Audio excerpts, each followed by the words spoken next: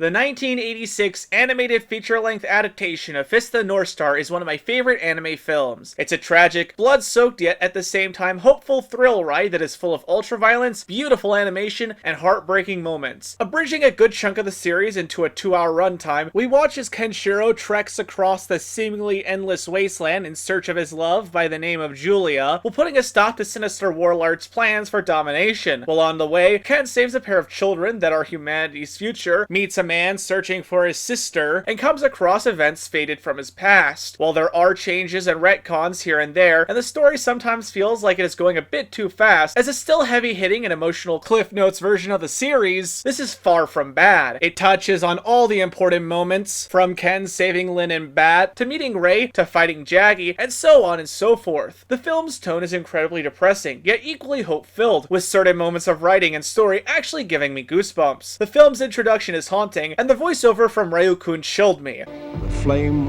of life on Earth was sputtering, and if extinguished, would never be rekindled.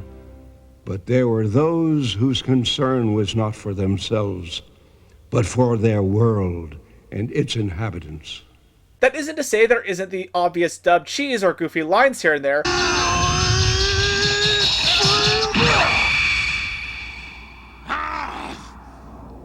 Hey, these belong to you?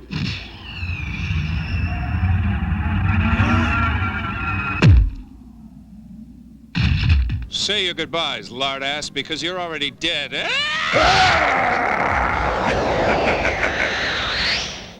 You see, what did I tell you? Still in one piece, good as new. Because there is, it's just that the film also manages to take itself incredibly seriously when it needs to. In terms of characters, while we don't get as much time with everyone like we do in the series or the manga, I actually prefer quite a few of the characters' personality and action-wise here compared to their early episode counterparts. Ken is still as emotionally distant as ever, but he does manage to have a sense of humor and show emotion several times throughout the film. Well, hello. Hello yourself.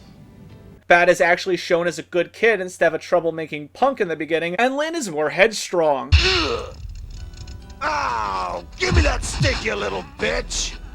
Let her go! Hey, Let her we go, let you these ain't! kids She's go just a no little more in the girl! She village. can't hurt Better you! get Put her rid of down! The only character who is fairly weak in terms of personality is Julia, but when everyone else is so memorable, I can let it slide. Ray is incredibly likable as Kenshiro's friend and partner, Shin is a Shakespearean figure in terms of tragedy, and the true villains, Jaggy, Ken's twisted, deformed brother, and Ro the Conqueror, are great villains to oppose Ken. In terms of action, the film is nearly non-stop fights, with gore galore, as bad guys get ripped apart one by one at the hands of Ken and Ray, who are nearly unstoppable killing machines. Most of the fight scenes are one-sided, but with how much carnage is provided and how often they change things up, the action never grows stale. While the spectacle of the final fight with Ro is impressive, it does start to drag a bit. As while visually interesting, the fight itself isn't as fluid or as fun to watch as a lot of the other scenes of combat. Not bad, and it's a good finale, it's just a bit bloated. The animation to the film is just simply incredible. Every shot is a wonder to behold, and while it isn't Akira levels of detail, it's still just simply a visual treat for the eyes. Very few scenes look anything less than spectacular, and each of the deaths and character designs are all wonderfully over the top. If you're wondering why some scenes of gore look really crappy, it's because while this is indeed the unrated, uncut version of the film, the re-added scenes of gore are terrible transfers, as the original prints for each of those scenes were sadly lost. Regardless, I'd rather have lower quality scenes still included than them not here at all. Voice work is a lot better than the show, save for Julia's VA, who is just incredibly bored sounding.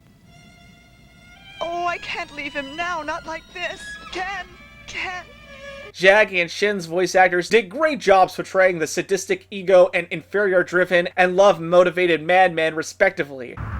You've lost your woman, you've lost your friend, and now you lose your life, for I am the true Fist of the North Star. You talk about your life being wasted, but you're the one who's wasting it. You're in love with a ghost, a phantom. Ken is dead, and all your tears and prayers and hope won't bring him back. Ken, while sounding bored, still delivered them with an aura of cool.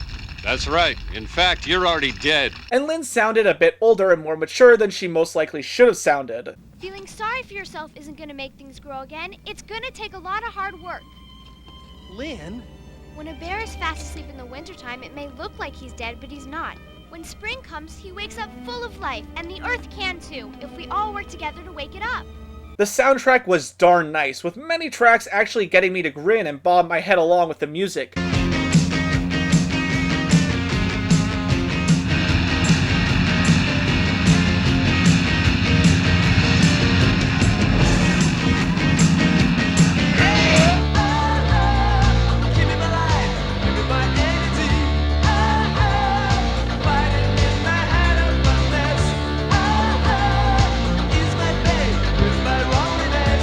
more generic ambient tracks were exactly what you would expect, but that isn't a bad thing. They just weren't memorable like the action-oriented music that played during the more high-energy scenes. Here are a few spoilers, so jump to the timestamp provided on screen if you want to avoid them. Both Shin and Rei's deaths were tragic, the ending scene with Lin appealing to Rose's humanity was beautiful, and the end credits scene was hauntingly tragic. But all of them elevated the movie so much more past just being a campy action movie. And with all that said, Fist of the North Star is just a spectacle of well-told comic characters duking it out at the end of the world in hopes of a new tomorrow. It's full of shocking violence, memorable characters, and it's a very fitting chapter in the series as a whole. If you can track down a copy, especially the uncut version, do yourself a favor and set aside 2 hours on your Friday night to relax on the couch and give it a watch. As always, if you want to help support the channel, please consider sharing the video with a friend or checking out my Patreon linked in the description below. A big thank you to my wonderful friend Orion Knight for drawing up these wonderful animation stills of Punish Neat. If you have any comments, questions, or recommendations, leave them in the comments as I read and reply to everything. Until next time, this is Thierry Williamson signing off until the next video. See ya guys!